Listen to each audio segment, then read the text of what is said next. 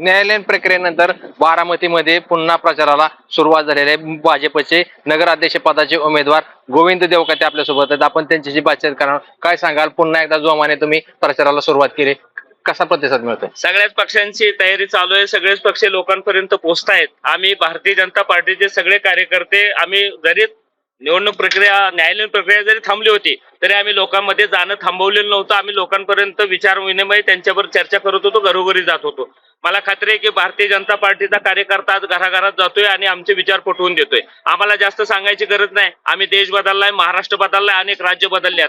कमळ लोकांना माहिती आहे, गोविंद देवकते लोकांना माहिती आहे. त्यामुळे येणाऱ्या निवडणुकीमध्ये बारामतीमध्ये एक रंगतदार स्थिती आलेली आहे. आणि तुम्हाला सांगतो, आम्ही बारामतीमध्ये एकच मुद्दा उपस्थित केलाय. इथं जे घराणेशाहीचं राज्य आहे, अरे आपण लोकशाही स्वीकारली का घराणेशाही स्वीकारली?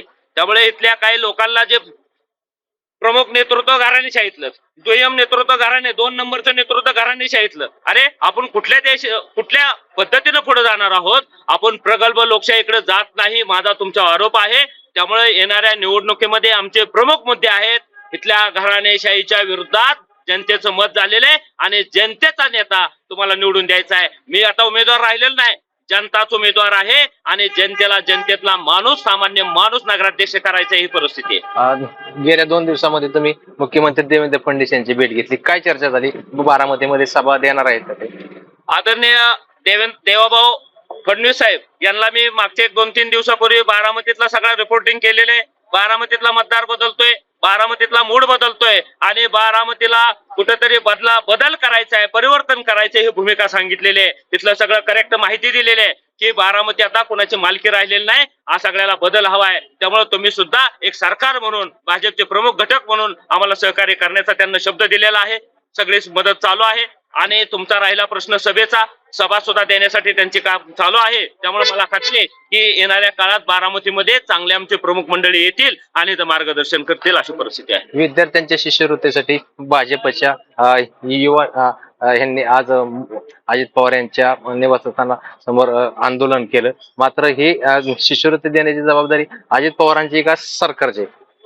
खरं तर आत्ताच मला ती कळाली माहिती. मी निवडणूक प्रक्रियेत आहे, त्यामुळे मला काही माहित नव्हतं आंदोलनाबद्दल. परंतु मला माहिती मिळाली की अशा पद्धतीचं आंदोलन केलेलं आहे आमच्या युवा मोर्चाच्या कार्यकर्त्यांनी.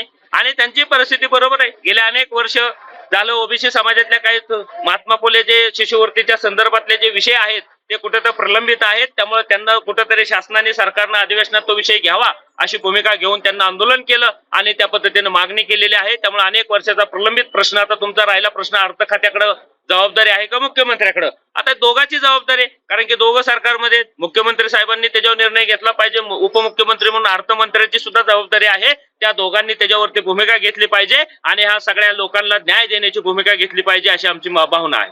बारामतीमध्ये कुठलंही निवडणूक आलं की शेवटच्या टप्प्यामध्ये लक्ष्मी दर्शन होतं. यावेळी काय परिस्थिती, काय वाटतं तुम्हाला? आता गेले 50-55 वर्षे नाटक बघतोय आम्ही.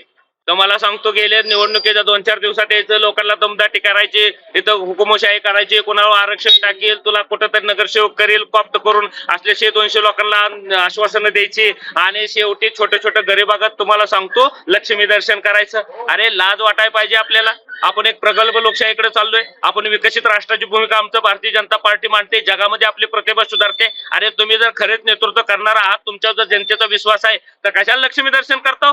आणि केलं तर तुम्हाला व्यवस्थित, तुम्हाला काहीतरी असं मतदाराची भूमिका घेतली पाहिजे, मतदाराला तुम्ही तुमची भूमिका मांडली पाहिजे. एकीकडे विकासाच्या गप्पा मारायच्या आणि तुम्ही लक्ष्मी दर्शन शिवाय निवडून येत नाही, ही वस्तुस्थिती आहे. तुम्हाला सांगतो पुढल्या 2-4 दिवसात लोकांना अजून वाटतं की येतील 2 दिवसात बदलेल. अरे कित्येक वर्ष झालं प्रत्येक निवडणुकीला हे नाटक लोकांना माहितीये. त्यामुळे इथल्या व्यापाऱ्यांना माहितीये, इथल्या व्यवस्थेला माहितीये, कोण येतं, काय करतं, याव करेल त्याव करेल. अरे कोण भेट नाही. आता आपण लोकशाही देशात राहतो, असं काय चालतं का तुमचं? प्रत्येक वेळेस तेच कॅसेट, तेच नाटक चालणार आहे का? आता तुम्हाला सांगतो, त्यामुळे तुम्हाला सांगतो, इथल्या मतदारांनी निर्णय घेतलाय, बदल हा इथल्या मतदाराची एक भूमिका घेतलेली आहे. त्यामुळे इथला मतदार आता तुम्हाला भेटणार नाही. शेवटच्या लक्ष्मी दर्शन बिर्शन लोकांना मान्य नाही. त्यांना मान्य एक आहे, इथलं परिवर्तन त्यांची भूमिका आहे आणि बदलाचं वारे हा बारामतीमध्ये चालू झाले, माझी खात्री पडते. 21 तारखेला कमळ फुलन बारामतीमध्ये 100% का फुलणार नाही? अरे आमचे 2 खासदार होते 1980 साली. आज देशात सत्ता आहे, महाराष्ट्रात सत्ता आहे. परवा बिहारचा निकाल आला, आम्ही पूर्ण बहुमताने आलोय. युपी मध्ये पूर्ण बहुमत, गुजरात मध्ये, मध्य प्रदेश, अनेक राज्यामध्ये आम्ही पूर्ण ताकदीने येतोय. बारामती काय कुठला भारताच्या बाहेरचा प्रदेश आहे काय? त्यामुळे बारामतीच्या आसपासचे तालुके सगळे भाजपमय झाले आहेत. तुम्हाला खात्रीपूर्वक सांगतो, आता बारामती सुद्धा भाजपमय होण्याच्या मूडमध्ये आहे. इथला बारामतीचा नागरिक आता बदल करण्याच्या मूडमध्ये आहे. त्याला सुद्धा कमळ आपलं वाटतंय. कमळाबद्दल भावना निर्माण झाल्या. कमळाव कधी बोट दाबतोय अशी भावना निर्माण झाली. त्यामुळे मला खात्री आहे, बारामतीतला नागरिक कमळाचं बटन दाबल आणि बारामतीमध्ये परिवर्तन करेल. आणि तुम्हाला एक सांगतो, अरे राष्ट्रवादीचा नगराध्यक्ष होण्यापेक्षा भाजपचा नगराध्यक्ष झाला तर राष्ट्रीय बातमी तुम्हीच करसाल. देशामध्ये एक चांगली बातमी तयार होईल. बारामतीत त्याचं आनंदाने स्वागत करेल. त्यामुळे इथला राष्ट्रवादीचा नगराध्यक्ष होण्यात त्यांना इंटरेस्ट नाही. त्यांना भारतीय जनता पार्टीचा भाजपचा नगराध्यक्ष झाल्याचा जो आनंद आहे तो दुसरा कशात नाही. त्यामुळे इथल्या नागरिकांमध्ये एक बदलाचं वातावरण आणि चैतन्याचं वातावरण ही खात्री पटते आम्हाला. खूप खूप धन्यवाद. बारामतीमध्ये कमळ फुलल असा विश्वास गोविंद देवकाते यांनी व्यक्त केलाय. मंगेश कचरे, साम टीव्ही न्यूज, बारामती.